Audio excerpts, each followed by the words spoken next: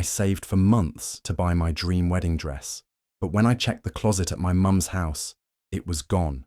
Not stolen. She gave it away. Stick with me while I share my story. And if it touches you, don't forget to support our channel by hitting that subscribe button, dropping a like, and sharing it with the people you care about. 3 months before my wedding, I stopped by my mum's house to check on my dress. I had left it there for safekeeping. It cost $3,200, and I had worked overtime shifts just to afford it. The boutique had wrapped it in layers of soft fabric and sealed it with a satin bow. It was perfect. I didn't want to risk it getting damaged in our tiny apartment, so I asked my mum, Teresa, to keep it at her house. When I opened the closet in my old bedroom, I froze. It was empty. At first I thought maybe she moved it, but something felt off. I asked her where it was. She didn't look at me, just kept wiping the counter like she didn't hear the question. I asked again. Her hands paused. Finally, without looking up, she said, "I gave it to Camille." I blinked. "What?" "Camille's fiancé proposed last week," she said. "She had nothing to wear, and you already had your moment buying it, so I figured—" I couldn't believe what I was hearing. Camille, my cousin, the one who always got what she wanted, the one who once borrowed my favorite necklace and lost it. She needed it more, Mom added. "And honestly, you're being a little selfish." Selfish. That word echoed in my ears like a slap. I felt the heat rise in my chest, but I didn't scream. I didn't argue. I just stood there, staring at her like I didn't know who she was. I walked out, calmly, quietly, but inside me, something broke. I got in my car and drove straight home. Hunter, my fiancé, saw my face the second I walked in. I told him everything. He didn't say much at first, just held me. Then he said, "If you want to go nuclear, I'll help you light the match." I didn't cry that night. I didn't beg for an apology. I didn't call Camille to ask for the dress back, because I knew one thing for sure. They took something from me that I loved, and now I was going to take something back. My peace, my power. My silence was the first strike. My revenge had already begun. When I was a kid, Camille could do no wrong. If she cried, I got blamed. If something went missing, I was the one who had to apologize. At every family gathering, it was the same story. Camille was the sweet, bubbly one. I was the moody one. But the truth was, I was just tired of being treated like I didn't matter. Camille would always take my things, clothes, makeup, my favorite books. They'd disappear from my room whenever she visited. Once, she even flirted with the guy I was dating in high school. A week later, he dumped me and showed up to prom with her. I told my mum. She just sighed and said, "Maybe he was never yours to begin with." Every time Camille crossed a line, my mum defended her. She didn't mean it. You know how she is. Just be the bigger person. That last one stuck with me the most. I spent years being the bigger person, staying quiet, letting things go, pretending I wasn't hurt. But this time was different. This time it wasn't a sweater or some high school drama. This was my wedding dress. Something I had worked hard for. Something I chose for the most important day of my life. And my mum just gave it away. Like it was nothing. Like I was nothing. When I told Hunter everything, he didn't interrupt. He listened, holding my hand like he was anchoring me to the ground. When I was finished, he looked at me and said, "If you want to go nuclear, I'll help you light the match." That's when I knew I wasn't alone. This wasn't just about the dress. It was about every moment I had been made to feel small. Every time I was told to stay quiet. Every time I was pushed aside so Camille could shine. They thought I'd roll over again, that I'd shrug, buy another dress, and smile through gritted teeth at the next family event. Not this time. This time, I was done being the bigger person. This time, I was going to be the one who walked away and slammed the door behind me. I drove back to my parents' house the next day, still hoping this could somehow be fixed. Maybe my mum had panicked. Maybe Camille had lied. Maybe there was some tiny piece of misunderstanding I could hold on to, so this wouldn't hurt so badly. I wasn't ready to believe my own mother could betray me like that. Not so casually. She opened the door and looked surprised to see me. "Laurel," she said, like I'd just stopped by to borrow sugar. I walked straight past her, into the living room. "I want to talk about the dress," I said quietly. She sat down and crossed her arms. "What about it? You gave it away, Mom. You didn't even call me. You didn't ask." Her expression didn't change. "It's just a dress. You can get another one. Camille needed it, and you weren't using it yet." I blinked, stunned. "It wasn't yours to give. It was mine. She's like a daughter to me too." she said, brushing her hand through the air like it was all so reasonable. Her engagement was so sudden. She didn't have anything planned. What was I supposed to do? Let her panic and look cheap? I stared at her. Yes, that's not my problem. Her voice sharpened. You're overreacting. This isn't worth ruining relationships over. Just then my phone buzzed. Camille. I answered without thinking, already raw and shaking. Laurel, hey, she chirped like nothing was wrong. I heard you're upset. I didn't mean to cause drama. I just thought you wouldn't mind since you weren't using it yet. We're family, right? Something inside me cracked. It wasn't yours to think about, Camille, I said, my voice cold now. You didn't ask. You didn't even say thank you. You just took it. She scoffed. Okay, wow. You don't have to be so dramatic. I hung up without another word. My father, Robert, had been sitting quietly in the corner this whole time, pretending to read the newspaper. I turned to him. Dad, you knew about this? He shifted uncomfortably but didn't look up. I didn't want to get involved. Of course not. He never did. He never stood up when it mattered. In that moment, I saw everything clearly. This wasn't about a dress. It was about a lifetime of being the backup, the afterthought, the easy one to hurt, because I never fought back. But I wasn't that girl anymore. I stood up. You won't be hearing from me for a while, I said calmly. I hope the dress was worth it. And I walked out. This time, I didn't look back. Hunter and I sat at the kitchen table, staring at the wedding planner we'd hired 6 months ago. Guest lists, venues, deposits. Every page felt like it belonged to someone else's story now, not mine. I don't want any of this, I said quietly. Not the seating chart, not the centerpieces, not pretending everything's fine with people who didn't care enough to ask before taking something that mattered to me. Hunter reached over and took my hand. Then let's not do it. Let's do it our way. And just like that, we cancelled everything. No more ballroom, no more catering tasting, no more smiling through my mother's fake apologies or Camille's smug face across the aisle. Instead, we booked a tiny cabin on a cliffside in Vermont, looking over the quiet waters of Lake Champlain. Fog rolled in every morning, soft and gentle, like the world whispering, "You're allowed to begin again." I didn't wear white. I didn't want to. I found a deep navy dress, soft and simple, with long sleeves and a low back. It made me feel strong. I didn't cry over the gown that was stolen. Not anymore. This one wasn't picked for approval or tradition. It was for me. On the morning of our elopement, we stood on the cliff together, just the two of us. The wind played with my hair. Hunter looked at me like I was everything. We spoke our vows aloud, but quietly, like secrets we were finally allowed to say. There was no applause, no photos for social media, no approval needed, just love. No Teresa, no Camille, no silence from my dad, no drama, no guilt. Just me and the man who chose me, fully, freely, and without asking me to shrink. When we kissed, I didn't think about what was missing. I thought about what I'd chosen, who I'd become. I was no longer the girl who stayed quiet to keep peace. I was no longer someone who let family define her worth. I was Laurel, married, loved, free, and for the first time, I felt whole. The envelope was thick, shiny, and gold-trimmed, the kind you send when you're desperate to impress. My name on the front was misspelled, Laurel Bennett. Inside, the invitation to Camille and Drew's wedding sparkled like a parade float. It read like a fairy tale, except Hunter's name wasn't on it at all. Not a +1, not a mention, like I was some lonely, bitter relative they were reluctantly inviting out of obligation. I laughed, not because it was funny, but because it was so on brand.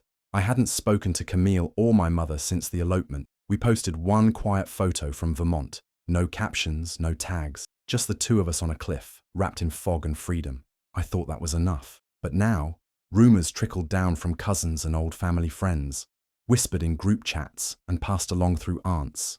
They said I'd graciously donated my dress to Camille after she got engaged, that I'd wanted to be helpful, that I was too mature to care about those kinds of things. Teresa was at the center of it all, spinning lies into lace, telling everyone it had been her idea to turn a potential fight into a moment of family unity. Laurel's always been so thoughtful, she'd told someone, according to my cousin Melissa. She didn't want the dress to go to waste. So now, I was the saint, and also the invisible one. I could feel it in every fake compliment and twisted version of the truth. They had rewritten my pain into some noble sacrifice, made me a side character in Camille's spotlight. But I didn't correct anyone. I didn't post a rant. I didn't text Teresa. I didn't show up to defend myself at some family dinner. Instead, I pulled the RSVP card from the envelope and looked at the blank line that asked, "Will you attend?" I smiled, not out of politeness, not out of obligation, but out of purpose. Let them underestimate me. Let them believe their version of the story. I wouldn't argue. I'd answer, not with words, but with presence. And I already knew what I'd wear. I took my time with the RSVP, not because I was unsure, but because I wanted every detail to feel intentional, precise, final. I hand-addressed the envelope in clean, looping cursive, the kind Teresa always said looked too dramatic. I imagined her reading it, frowning before she even opened it. That thought alone made my heart beat a little steadier. Inside, I slipped the RSVP card. On the line that asked if I'd attend, I wrote in black ink, declined, and not just for the wedding, forever. That was it. No flourish, no joke, just truth. I also included a photo.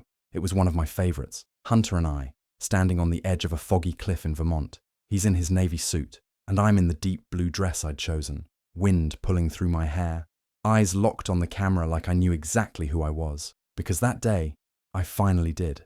I wrote nothing else. No explanation, no apology. They didn't deserve either. There would be no more conversations where I tried to explain my hurt only to be called dramatic. No more dinners where Camille accidentally wore my things or took up all the air in the room. No more calls from my mother asking me to just let it go. This wasn't a tantrum. This was a decision. I licked the envelope shut and pressed it firm, sealing not just a reply but a boundary, one they could see, one they could not rewrite. I dropped it into the mailbox with no hesitation. As the metal slot clicked closed, something in my chest did too. A quiet click of peace. They would read it. They would gasp, maybe call me ungrateful, cold, or cruel. Let them. Because for the first time in my life, I wasn't playing the role of the bigger person, the one who stayed silent to keep the family peace while losing her own. This was my final RSVP, and it wasn't just to the wedding. It was to the entire version of family that had never made room for me. The voicemails came fast, then loud, then desperate. First it was Teresa, her voice trembling with anger. How could you do this to Camille? To me? Do you even realize how embarrassing that little stunt was? I didn't answer. I didn't owe her that. The next message was harsher. You've always had a flair for being dramatic, Laurel. But this? You've gone too far. You made your point. Now be an adult and call me. I blocked her number. Camille tried too. Her voicemail was syrupy sweet and sharp at the same time. Hey, so, obviously you're mad, but I didn't steal your dress. I borrowed it. I thought we were family, but clearly some people don't know how to forgive. I didn't respond to that either. And then the wedding happened. I didn't go, of course, but I didn't need to. Word got around fast. Apparently, my RSVP card, the one I thought would end things quietly, ended up being passed from table to table, whispered about over wine glasses, reenacted with dramatic readings between courses. Someone even took a picture of it and sent it to my cousin Anna, who forwarded it to me with 3 words. You broke the internet, followed by a string of crying, laughing emojis. I didn't laugh, but I didn't regret it either. An aunt called me a week later, quietly, late at night, like she didn't want anyone to hear her. I just want you to know, she said. We always knew something was off about the way they treated you. I wish I'd said something sooner. I didn't know what to say, so I said thank you. Meanwhile, Camille's new in-laws weren't exactly thrilled. I heard from a few family stragglers that her mother-in-law was disappointed by the wedding drama, that she thought it all felt immature and messy. Drew's older sister apparently muttered at the reception, "This whole thing reeks of high school." And honestly, it did. What was supposed to be Camille's big day ended up with half the room whispering about a dress and a cliffside photo. I didn't mean to ruin her wedding, but I also didn't mean to let her rewrite my story. Sometimes fallout isn't about fire, it's about silence, boundaries, and the sharp sound of a bridge finally breaking behind you, one you never planned to walk again. The silence stretched longer than I ever imagined. Days became weeks. Weeks turned into months. No texts, no calls, no fake apologies wrapped in guilt, and I didn't miss any of it. Instead, I poured my energy into healing, real healing. I started therapy with a woman named Renee, who looked at me like I mattered. Every version of me, even the quiet one who spent years swallowing pain to keep the peace. One afternoon, I told her everything, from the childhood birthdays, where Camille got the bigger cake, to the way my mum smiled when she gave my wedding dress away. Renee nodded and said gently, "Sometimes silence is the loudest boundary." It clicked. I had spent most of my life explaining myself to people who were never really listening, hoping they'd finally understand. That maybe, just maybe, if I said the right words in the right order, they'd love me better. I went home that night and pulled out a notebook. I wrote a letter to my mum, not to win her back, but to release the weight on my chest. I poured it all out, the pain, the betrayal, the years of being told to be the bigger person, while everyone else stayed small and selfish. I told her how giving away my wedding dress wasn't just about a garment, it was the last straw in a lifetime of being invisible. When I finished, the letter was 5 pages long, and it hurt, but it felt honest. Hunter came into the room and sat beside me. I handed him the pages without saying anything. He read it slowly, quietly, then looked at me and asked, "Do you want to send it?" I shook my head. We walked to the fireplace together. I folded the letter once, then again, and lit the corner with a match. We watched the flames eat the words, soft and silent. That was the closure I needed. Not a response, not an apology, just the choice to stop explaining myself to someone who never deserved that much of me. Peace didn't come with a bang.